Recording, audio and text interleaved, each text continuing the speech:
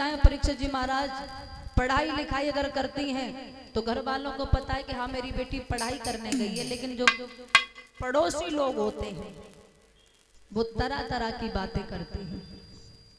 जो गांव के लोग होते हैं बड़ी बुरी तरह की बातें करते हैं, बेटियों का जाना बड़ा दुश्वार करते हैं। तो एक बेटी अपनी बीती हुई सुनाते हुए कहती है,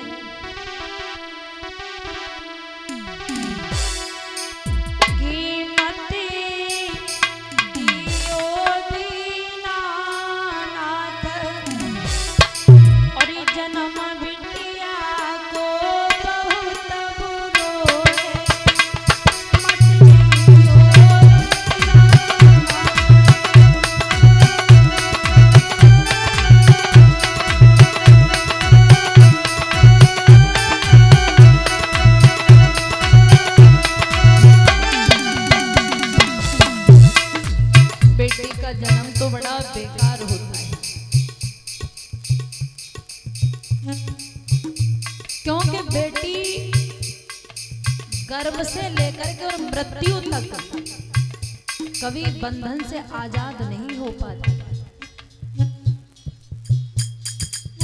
क्योंकि याद रखना परीक्षित महाराज जब गर्भ में होती है तो लोग कहते हैं कि बेटी ना हो बेटा हो जाएगा।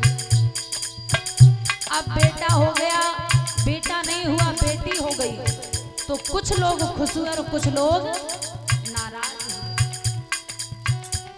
थोड़ी बड़ी हो गई, घरवार वालों के बंधन में पड़ गई। भाई कहता है गेट पर खड़ी है ये लड़की, घर जा, बुरी संगत में पड़ जाएगी। जबान हो गई, विवाह कर दिया, ससुराल वालों के बंधन में पड़ गई। कुछ दिन बीते, बच्चे हो गए, बच्चों के बंधन में पड़ गए। बुढ़ापा आ गया, नाती पोताओं के बंधन में पड़ गई, और अंत में मृत्यु तो है ही है। इसलिए कहा है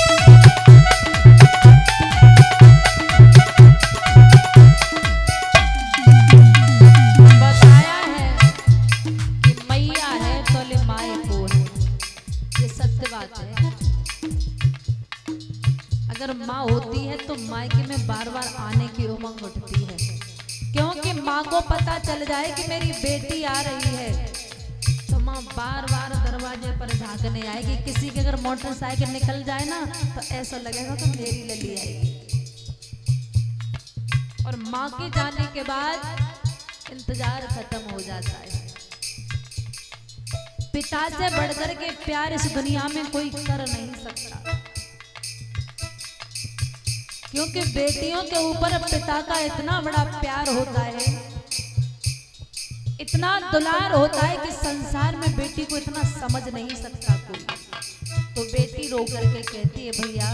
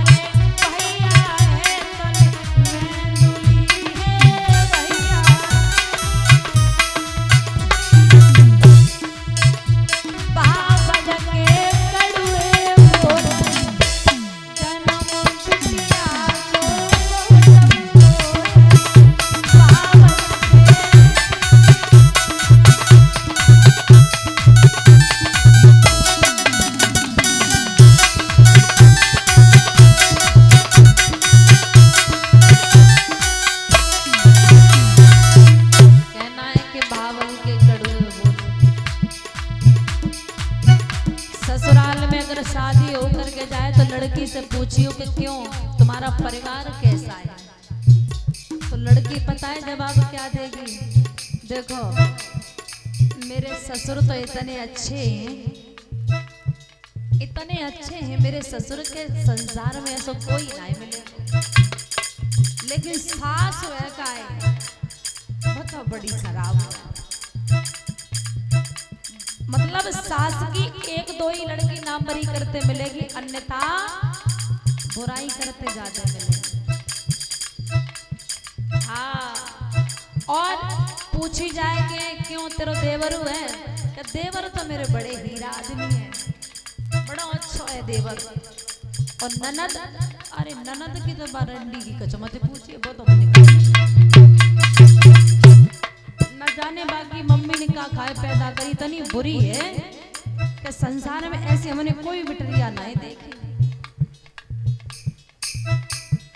हाँ, तो याद रखना भैया, ननद चाहे कितनी भी अच्छी हो और भाभी को कितना भी करे, लेकिन भौजाई दाएं पे न झुकेगी बिल्कुल भी।